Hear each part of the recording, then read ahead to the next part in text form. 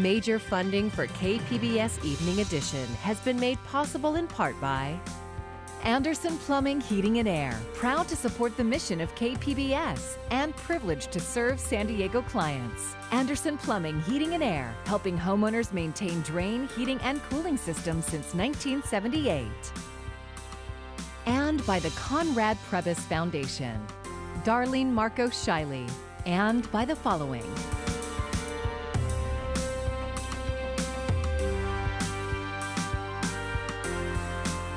And by viewers like you. Thank you. Good evening. It's Monday, October 25th. Thanks for joining us. I'm Amitha Sharma in for Maya Trabulsi. A powerful storm called a bomb cyclone is making a mess in the Pacific Northwest and Northern California, bringing record-breaking rain and intense winds. It's also being blamed for at least 2 deaths, but how much of that storm will make its way down to San Diego County? And are preparations being made? KPBS reporter Kitty Alvarado is live in Del Mar with more. Kitty? Well, right now the rain really started coming down, but what is most intense are these winds. And you know, storms like these are very rare in California, even more rare in October. If you take a look behind me, you can really see the waves just pounding the shoreline, but apparently it's not too much for some surfers. We've seen a couple people out there riding those waves, but it is a welcome sight here in Southern California, here in San Diego County especially, as it's going to help us with the fire conditions. A powerful storm hit Northern California on Sunday. In just 24 hours, some parts saw over 9 inches of rain. The heavy downpour caused major flooding and debris flow in burn areas that washed out roads, and winds up to 70 miles an hour toppled trees and left thousands without power. This is a storm for history. Meteorologist Alex Tardy with the National Oceanic Atmospheric Administration, or NOAA, explains this rare phenomenon. This powerful storm that we call an atmospheric river is also connected to a cyclone. And the cyclone is an area low pressure. And that low pressure area intensified so rapidly that we can call it a bomb cyclone. Despite the damage, there is a silver lining. It ends the fire weather season for Northern California. It's helpful for the drought, but it's hard to capture this amount of rain. That's too much at once. By the time the storm reaches San Diego County, the storm will lose its punch. It will be a steady, widespread rain, but it won't be as impactful anywhere near what they saw in Northern California. For San Diego to see October rainfall is very unusual, and we've already had a wet month. CAL FIRE San Diego County Captain Frank Lococo says while they don't expect major damage from the storm, they're ready for anything, especially in the burn areas. We're prepared in case, the event of a debris or a mud flow or any kind of small scale flooding occurs. Definitely in the North County, where we've seen some of the latest fires in the county, where the Aruba and the Mesa fire are. While the storm is a good start, it's not enough rain to end fire season locally. Any moisture we get in this county is a great thing for us, and hopefully preventing large-scale devastating wildfires. We just need it to be consistent. The reality is we're still in peak fire season. And Captain Lococo tells me even though they don't expect to see widespread damage, what they do expect to see is an increase in car accidents. In fact, on the way here, we did see a couple of them already. So drive extra carefully on the roads and just slow down. Reporting live from Del Mar, Kitty Alvarado, KPBS News. Coming up on Evening Edition, we'll have more dramatic images from that bomb cyclone that hit Northern California, along with your full forecast. Soon, millions of kids in the U.S. could be eligible to roll up their sleeves for a COVID-19 vaccine. Britt Conway has the latest on the push to get shots in the arms of kids 5 to 11. How are we going to end the pandemic? The best way to do so is to have the maximum number of individuals immune, and that's what vaccines offer you. And if that includes kids, that's all the more reason to send this virus packing. Pfizer is already packing, ready and waiting to ship out its COVID-19 vaccine for kids 5 to 11. It's 2 doses, 3 weeks apart, each a third of a normal dose. And Pfizer says it's about 90% effective against symptomatic infection. The FDA's vaccine advisors are scheduled to meet tomorrow to make their recommendation to the FDA, which has already said the benefits outweigh the risks. So if and when the FDA formally makes the emergency use authorization, Pfizer is ready to get shipping. So it will be available for use once there's a hopefully positive vote from CDC. So it could be as early as November 4th and 5th that you can go into some locations and get your child vaccinated. The nation's 28 million kids in that age group could get their first COVID-19 vaccine in just about a week and a half, but ultimately, it's up to parents. Parents ought to look at that discussion, see what the experts are saying. I don't want to get ahead of FDA and CDC's advisory process. Let's see what they say. But the data preliminarily looks pretty good. And you're all done. I think it could make a huge difference. It would be pivotal. Pivotal to ending this pandemic. I'm Britt Conway reporting. Moderna is touting the trial results of its COVID-19 vaccine for school-age children. The pharmaceutical company says its trial showed half-dose shots generated strong levels of virus-fighting antibodies in children ages 6 to 11. More than 4,700 children participated. Some had temporary side effects such as fever and fatigue. The company plans to submit their results to the FDA. When COVID vaccines are made available to younger children, most will likely receive their shot at their doctor's office rather than a mass vaccination site. Dr. Christian Ramers of Family Health Centers of San Diego says that familiar setting could help with hesitancy. I think everybody expects that there's a group of parents that are just waiting to go and have already made up their minds. They're ready to get their children vaccinated. There's a group in the middle who are hesitant and kind of want to wait and see, maybe see a little bit more of the data or have that conversation with their pediatrician. And then there's a group that are really on the other side and really don't want to go there yet. And maybe they need a little bit more attention and to get their questions answered. And that's fine. That's a spectrum of hesitancy across the board. But suffice to say, what needs to happen is these conversations between parents and families with their own healthcare provider. Dr. Ramers says that medical officers are already putting in pre-orders for the vaccine. There are about 300,000 kids aged 5 to 11 in San Diego County that should soon be eligible. Although Latinos were one of the groups hit the hardest by COVID-19, a recent report says that in North County, they are falling behind in getting vaccinated. KPBS North County reporter Tanya Thorne shows us how vaccination efforts continue. This is Daisy Merino.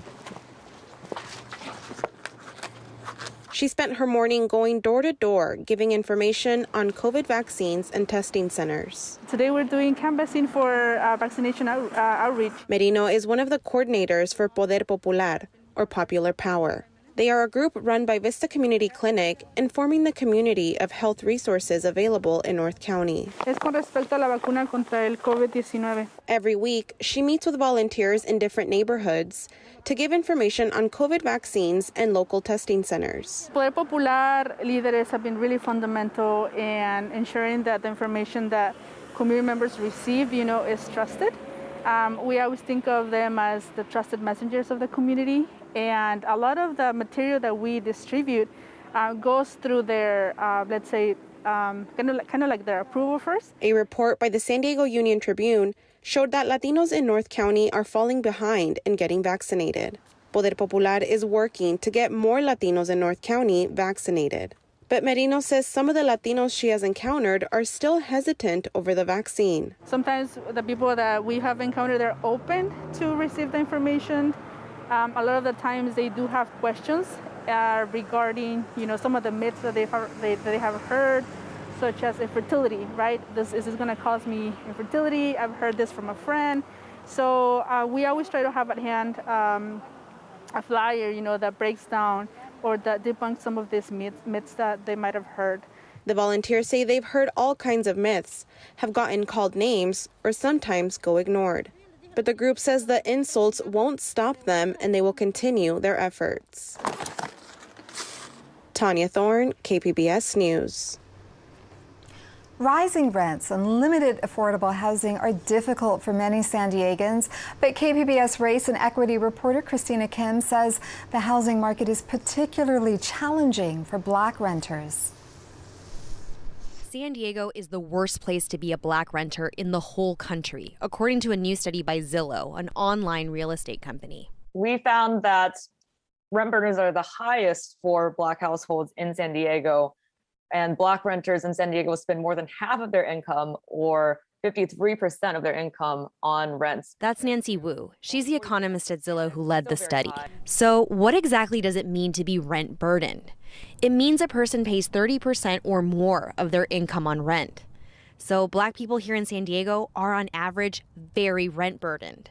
That means they have a lot less money left for anything else, like saving to buy a home or a medical emergency. Honestly, it's not surprising. Gabrielle Hines is a school counselor in San Diego who grew up in the Skyline neighborhood. She and her family recently moved because they couldn't afford the rising rents in Southeast, where 3 bedrooms were going for $2,600 to $3,000 a month. They moved to La Mesa when they found an apartment for $1,800 a month. I was making $18 an hour, but I recently got my master's and I'm a school counselor now. And I'm making $28 an hour, and it's crazy because it doesn't feel like it, just because rent is so high.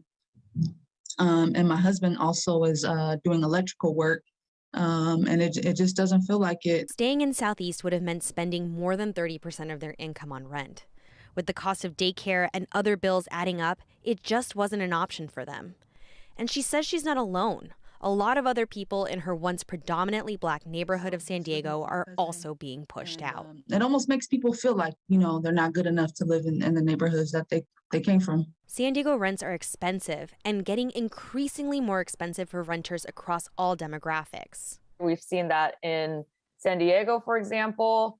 The pandemic has increased the rent burden across households during the pandemic, from 2019 to 2021. Latino renters in San Diego pay nearly 40% of their income on rent, and Asian and white renters both pay more than 30% on average. But Black renters in San Diego pay over 50% of their income, which is about 18% more than the national average. Affordability is the reason why we're seeing the biggest discrepancy and the biggest rent burden for Black renters in San Diego compared to other metros. According to Nancy Wu from Zillow, these inequities are a reflection of historic racial discrimination combined with low household incomes and rising rents. She found that Black renters in San Diego made an average of $3,493 a month in August, when the average monthly rent was $1,835. In a statement to KPBS, Mayor Todd Gloria called the study results infuriating but not surprising. He added, "That's why one of the first things I did after being sworn in as mayor was to make equity central to everything we do and every decision we make." Mayoral spokesperson David Rowland said the city has already invested in rental assistance programs and launched several business and youth development programs aimed at San Diego's communities of color. But these solutions take time. And for now, renters like Gabrielle Hines are still paying a lot of their income on rent. We're pretty stressed. Just because we are paying catch up on different parts of our life, it feels like, we're barely making it. Christina Kim, KPBS News. If you thought gas prices were bad last week, don't look now. They're rising by the day. KPBS reporter Alexandra Rangel with what's behind the climb now. Well, the average for a gallon of regular unleaded in San Diego is now $4.50 a gallon. That is up 6 cents from a week ago. It's up 15 cents from a month ago. To put in perspective, Doug Shoup with AAA says San Diegans are paying $1.33 more per gallon today than a year ago.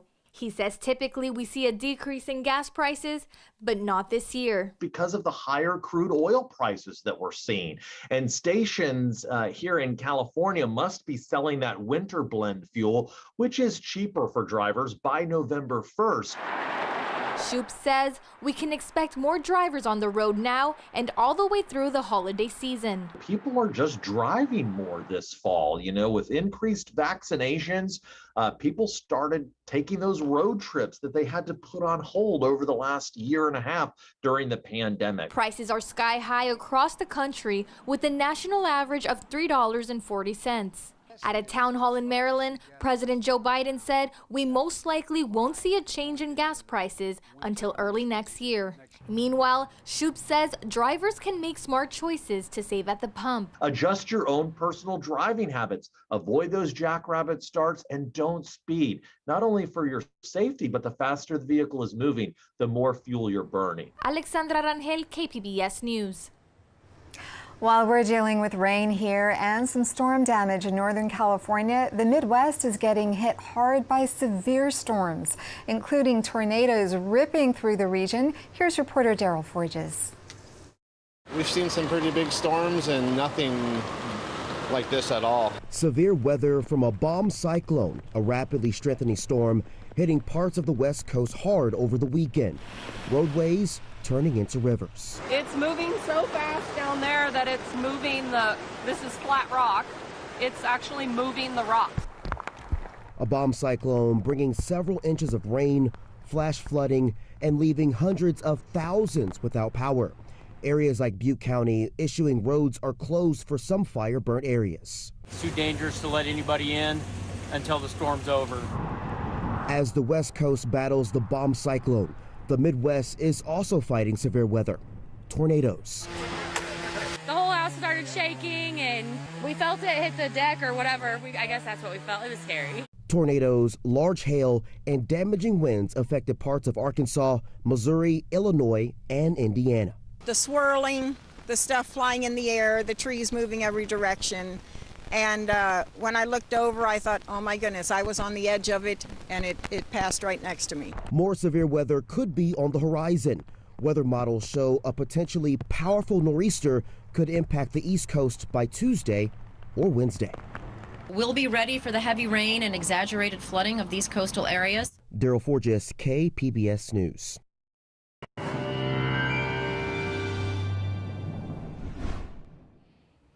What a storm system it has been. Some parts of our state have picked up more than 8 inches of rain. And now things are quieting down as the storm system starts to work its way into the interior west. We miss out largely on a lot of the rain. Just a few showers out there diminishing tonight, so things are going to become quiet into the rest of this week. What we will find is maybe an onshore flow returning as we head through Friday and into the weekend. But overall, we're really just keeping with a bright, quiet trend. Clouds out there tonight, showers again dying down, so we're looking pretty quiet here. 58 for the low. Futurecast picking up on at least a little bit of light green here, so some sprinkles around as we go into this evening, but even that quickly disappears by 11 p.m. We're just looking at a few clouds remaining, and that actually clears out heading into tomorrow morning. So we're going to be talking about a bright stretch to the week as this dry air settles in. Still some moisture into Northern California staying away from us on the heels of the storm system, which the core of it's working through Colorado and into northern New Mexico. Your forecast for tomorrow, 70 for the high. Some clouds out there, but overall I think it's a pretty bright day for us and keeping things dry and quiet around the region. That's going to continue into Wednesday, where sunshine more or less keeps us looking bright and beautiful and not really dealing with too many problems. So again, we miss out on a lot of the rain as we head into tomorrow. Largely bright here, temperatures in the 60s for the coast, climbing into the lower 80s by the time we head into Thursday. So there is a little bit more of a gradual warm up for us. We'll be in the lower 90s for inland locations. So the warming trend does come back even into Thursday and Friday. Mountain communities making it back to the 60s here. Notice, though, your Monday does start off in the mid-50s. And for desert locations, climbing back into the 80s, even close to 90 degrees for Thursday and Friday. But again, a very quiet, dry stretch for us through a lot of the week. For KPBS News, I'm AccuWeather meteorologist Melissa Constanzer. A former Qualcomm director who pleaded guilty to tax evasion was sentenced to 4 years probation and 6 months home confinement. Jason Ellis of Poway admitted evading more than $27,000 in a fraud scheme associated with Rabbi Israel Goldstein. Goldstein, you recall, made national headlines when he was injured in the Shabbat of Poway shooting. Ellis would donate his money, then request Qualcomm to match his donation. He would then get his money returned by Goldstein. Recently, the nation's leading pediatric group declared the mental health crisis among children a national emergency. As KPBS reporter Alexander Nguyen shows us, One Child Development Center in North County is tackling the issue with a whole child approach. 18-year-old Julie Maceda is doing research for his high school elective in psychology. Because I've also had some mental health problems, so it kind of relates into what I want to learn. He is on the autism spectrum and has anxiety. Maceda started the Integra program at Integra Child Development Center in Encinitas about a year ago, and he says it has helped him focus and connect more with his peers in the program. Before coming here, he would often have mental breakdowns and not want to go to school. It helped a lot because it allowed us to talk with each other about it allowed us to be more comfortable, and we could be vulnerable at times with each other of talking about what was personally going on with our lives. Experts on children's mental health says the rate of childhood mental health issues has been rising steadily over the past decade, but the pandemic and racial and social inequity have exacerbated the issue. That's the reason why Marissa Brunel Fogelman started Integra, which is Latin for whole and complete. Before starting and developing the Integra program, she taught high school English for over a decade. She says the traditional schooling system often doesn't address teens' mental well-being. I feel as though the pandemic really highlighted the emergency that our teens and youth are facing within their mental health. However, historically, our philosophy has been to address the whole child because we always say that our teens are navigating two worlds, both the external world that we live in and the internal world that they're working to navigate. This is how a typical day at Integra starts, with a mantra. Today's mantra: recognize how my mental strength affects the quality of my life. Brunel Fogelman says the mantra sets the tone for the day and helps students focus on what they want to feel. She says it helps with teens' mental well-being because it helps them understand how powerful the mind is. There's a whole a bunch of tools in our toolbox and different resources we utilize to help get students grounded in mental wellness before they even start their day. Alexander Nguyen, KPBS News. Facebook is in the midst of another credibility nightmare. This time it involves a number of news organizations publishing a series of stories called the Facebook Papers. More now from reporter Chris Nguyen. Facebook under fire, facing what could be the biggest crisis in the social media giant's 17-year history.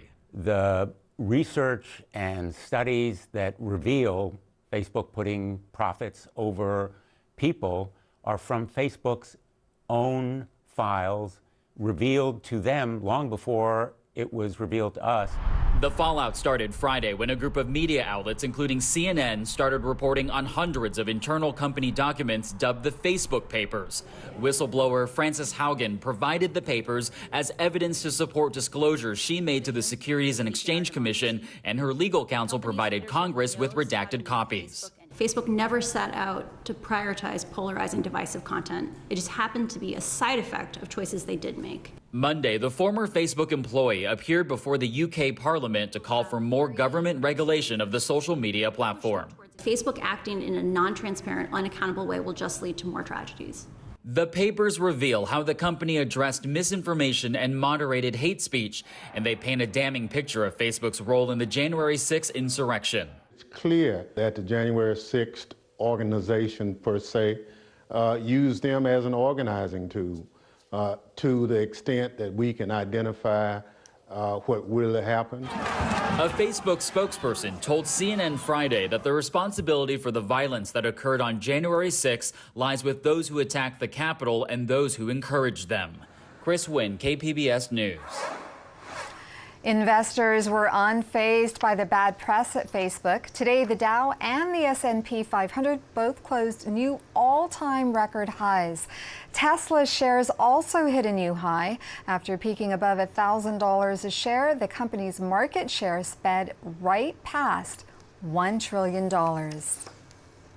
A milestone in the world of crypto, the first ever Bitcoin futures exchange traded fund in the United States. And experts say the ETFs are potentially making it easier for investors to get into digital currency. Jen Sullivan has a closer look and the warning from federal regulators. A landmark moment for cryptocurrencies. The first crypto ETF starts its full trading week. After going public, ProShares became the first fund investing in Bitcoin futures contracts. Futures are a marketplace where investors speak of what the price of Bitcoin will be in the future. The head of investment strategy at ProShares predicting this may be a huge stepping stone in the acceptance of cryptocurrencies by regulators. So, what does this mean? If you buy this ETF, you won't have ownership of Bitcoin. This just makes it really, really simple for folks to have the opportunity to add this exposure in the way they would, have a ETF for any other asset class, stock or bond. We already had things like Robinhood and Coinbase and other brokerages that made it easy to buy Bitcoin and other cryptocurrencies. But this opens the floodgates for more investors who perhaps had previously been intimidated to gain access to crypto. And it may also bring more regulation to an industry that, for some novice investors, still feel is a little bit of the wild, wild west. No one's saying it should be, 3/4 of your portfolio. Bitcoin can be a powerful diversifier in investors' portfolios. Meanwhile, on Twitter, the U.S. Securities and Exchange Commission issuing a warning to investors to weigh the risks and benefits of investing in a fund that holds Bitcoin futures contracts. For Consumer Watch, I'm Jen Sullivan. Americans are expected to spend a record $10 billion on Halloween this year. That's according to the National Retail Federation. It says people will spend $2 billion more this year than in 2020 on Halloween candy, decorations, and costumes for adults, kids, and pets. On average, consumers are expected to spend about $102 on Halloween-related items. You can find tonight's stories on our website, kpbs.org. Thank you for joining us and have a great evening. Major funding for KPBS Evening Edition has been made possible in part by Anderson Plumbing, Heating and Air, proud to support the mission of KPBS and privileged to serve San Diego clients. Anderson Plumbing, Heating and Air, helping homeowners maintain drain, heating, and cooling systems since 1978.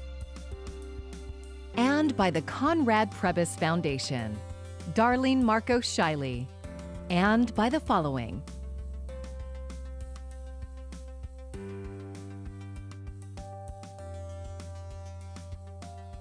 And by viewers like you. Thank you.